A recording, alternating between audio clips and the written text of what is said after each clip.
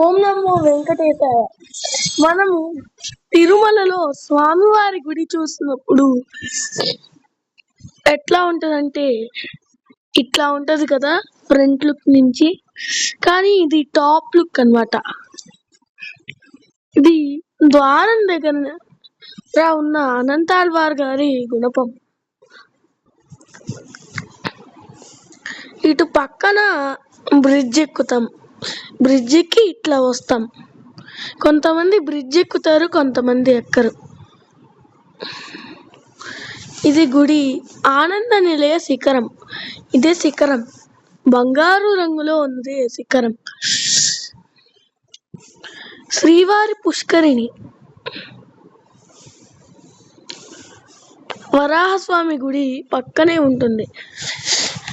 వెంకటేశ్వర స్వామిని చూసే ముందు అసలు ఆదివరాహస్వామిని చూడాలి. దానికి ఒక కథ ఉంటుంది.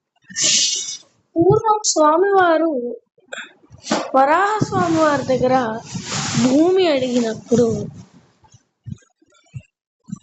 అప్పుడు వరాహస్వామి వారు ధనం అడిగారు. అప్పుడు శ్రీనివాసుడు, నా దగ్గర ధనం లేదు, మొదటి పూజ, మొదటి నైవేద్యం, మొదటి దర్శనం మీకు నేను ధనంలా ఇస్తున్నాను అంటే వరాహస్వామి వారు దాన్ని స్వీకరించారు. అప్పుడు వరాహస్వామి దర్శనం ముందు చేసుకొని వెంకటేశ్వర స్వామి దర్శనం ముందు చేసుకోవాలి. అర్చకులు పూజ నైవేద్యం చేస్తున్నారు. దర్శనం ఎవరు చేయాలి? మనం కదా. ఇంకా వైకుంఠ ద్వారం కూడాను కనిపిస్తుంది కదా. వరాహస్వామి గుడి పక్కనే పుష్కరిణి.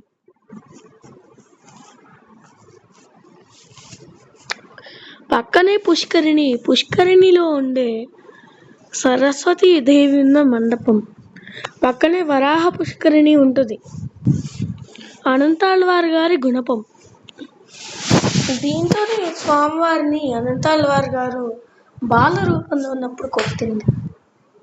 దీని గురించి కూడాను చెప్తాను. ఒకసారి అనంతాళ్వార్ గారు ఆయన గర్భిణి స్త్రీ, అతనికి భార్య. అప్పుడు ఆవిడ గర్భం దాల్చింది. కానీ తను ఏమీ చేయలేదు. అనంతాళ్వార్ గారు ఆమెని మట్టి మోయిపిచ్చి దూరంగా పాప వినాశనం ప్రాంతంలో పోయామని చెప్పారు. అప్పుడు అనంతాళ్వార్ గారికి ఎంత కష్టం అదంతా. ఆయనే అంతా చేసి ఇప్పుడు ఆయన భార్యకి హెల్ప్ చేయడానికి స్వామివారు కిందకి దిగి వచ్చేసారు. బాలుడు రూపంలో ఆయన మోస్తా అని అప్పుడు అనంతాళ్వార్ గారి భార్య ఒప్పుకున్నారు దానికి. కానీ అనంతాళ్వార్ గారు ఒప్పుకోలేదు. అయినా అనంతాళ్వార్ గారి భార్య ఏముందిలే చిన్న బాలుడు కదా అని ఒప్పుకుంటే అనంతాళ్వార్ దాన్ని చూసి అతని చేతిలో ఉన్న గుణపాన్ని స్వామివారి గడ్డంపైకి విసిరారు. అందుకనే స్వామివారికి గడ్డం పైన పచ్చకర్పూరం అద్దుతారు, లేదా గంధం అద్దుతారు. పచ్చకర్పూరం అద్దుతారు, గంధం అద్దుతారు.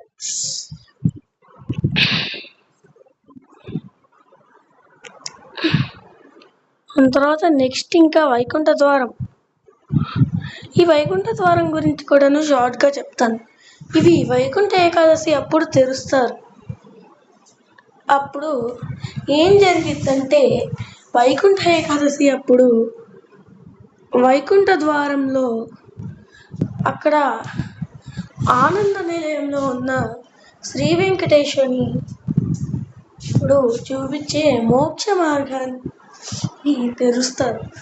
దాంట్లో అట్లా ప్రదక్షిణ చేసి నేను నాది అనేది పోగొట్టుకుంటే ఇంకా అయిపోతుంది. అప్పుడు మోక్షం వచ్చింది. సుప్రభాతంలో ఉంటుంది. మధుకైట భారే వక్షో విహారిణి అని ఉంటుంది కదా. అందులో మధుకైటబుల్ని మనం చంపుకుంటున్నాం.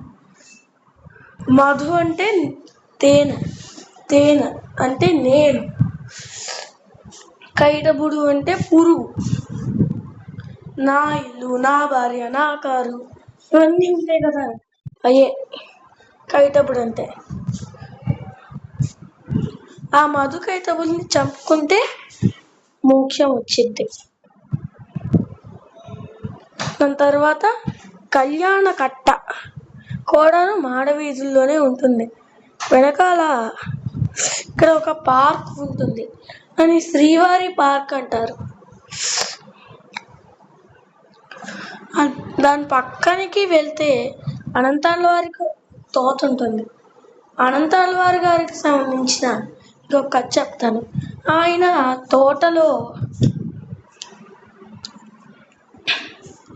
రాత్రి పని అయిపోయాక స్వామివారు అమ్మవారు రాజురాణి రూపంలో వచ్చి పువ్వులు తెంపుకునేవారు. ఒకసారి ఆయన చూసి అనంతాళ్ళ వారి గారికి ఆగ్రహం వచ్చి లక్ష్మీ అమ్మవారిని చెట్టుకు కట్టేశారు. కానీ స్వామివారు మాత్రం ఎస్కేప్ అయిపోయి లోపలికి వచ్చేసి మూడు విరాట్ దాల్చారు. తర్వాత పొద్దునే శుక్రవారం అంటే అభిషేకం సమయంలో చందనపు లేత రాస్తే అక్కడ అమ్మవారు కనిపించలేదు. అప్పుడు అనంతాళ్ళ వారు గారు అమ్మవారిని బుట్టపై తీసుకొస్తూ ఆనందనే దర్శనం చేస్తే ఇవన్నీ రాజభోగ్యాలన్నీ ఈ పూల తోట మీ ఇంట్లోనే అంటూ తీసుకొచ్చేసారు. ఆ పూల తోట మీ ఇంట్లో పెరగాలంటే ఆనంద నిలయంలో స్వామిని చూడు అని అమ్మవారిని తీసుకొచ్చేస్తున్నాను.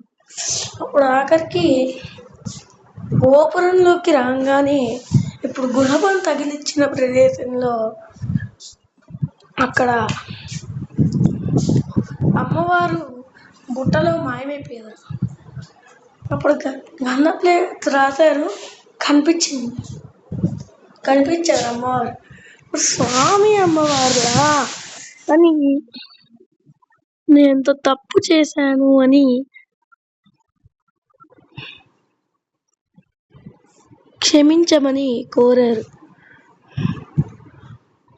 ఈ పుష్కరిణిలో అందరూ దేవతలు ఉంటారు. పుష్కరిణికి సంబంధించి ఇంకొక కథ చెప్తాను. ఒకసారి గంగా, యమున, సరస్వతి ముగ్గురు వారి నదుల మీద ఉన్నారు. గంగ నది మీద, సరస్వతి కానీ ఎండకి ఎండిపోయింది నది. యమున కూడాను తన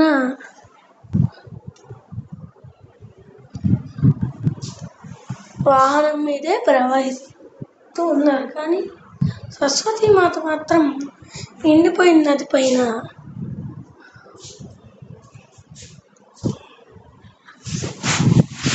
ఎడ్ల బండి పట్టుకుని వస్తున్నారు.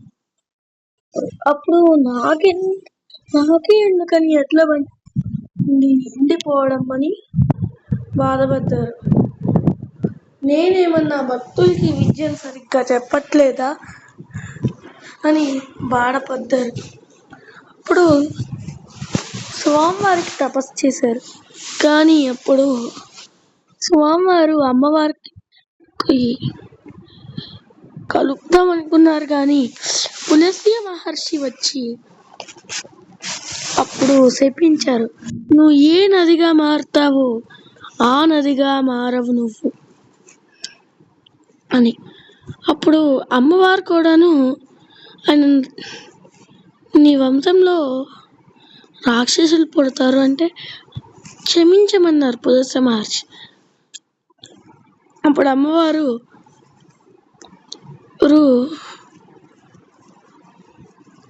నీ వంశంలో 2 దైవ భక్తులు పుడతారు, 2 రాక్షసులు పుడతారు అని క్షమించారు. ఇప్పుడు అమ్మవారిని స్వామివారు అక్కడే ఉన్న స్వామి పుష్కరిణిలో కలిపేశారు. ఇంకా కుబేర తీర్థం, చాలా తీర్థాలు ఉన్నాయి. పక్కనే వ్యాసరాయ ఆహ్నిక మండపం, ఇంకా కోనేటి గట్టు, శ్రీ ఆంజనేయ ప్రసన్నాంజనేయ స్వామి కూడాను అక్కడే ఉన్నారు.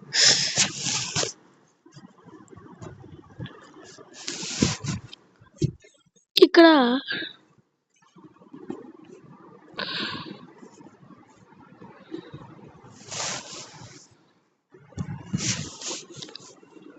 స్వామివారు కొలువున్న ఆలయం, శ్రీకృష్ణదేవరాయల వారు కట్టి రెనోవేట్ చేసిన గుడి, రెండు ఒకటే.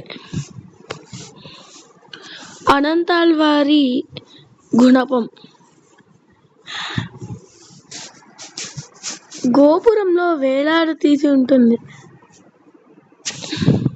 పక్కనే శ్రీ విశ్వక్సేనుడు ఉంటారు.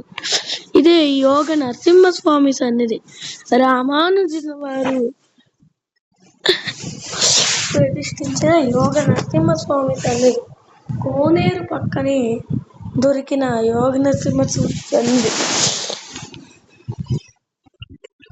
వరదరాజ పెరుమాళ్ స్వామి సన్నిధి. ఉగ్రహణం పోటు కూడా ఇక్కడే ఉంటాయి. గోవింద గోవింద.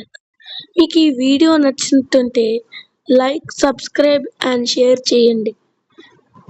తిరుమల వెళ్ళినప్పుడు వరాహస్వామిని ముందు చూసే వాళ్ళైతే లైక్, సబ్స్క్రైబ్ అండ్ షేర్ చేసి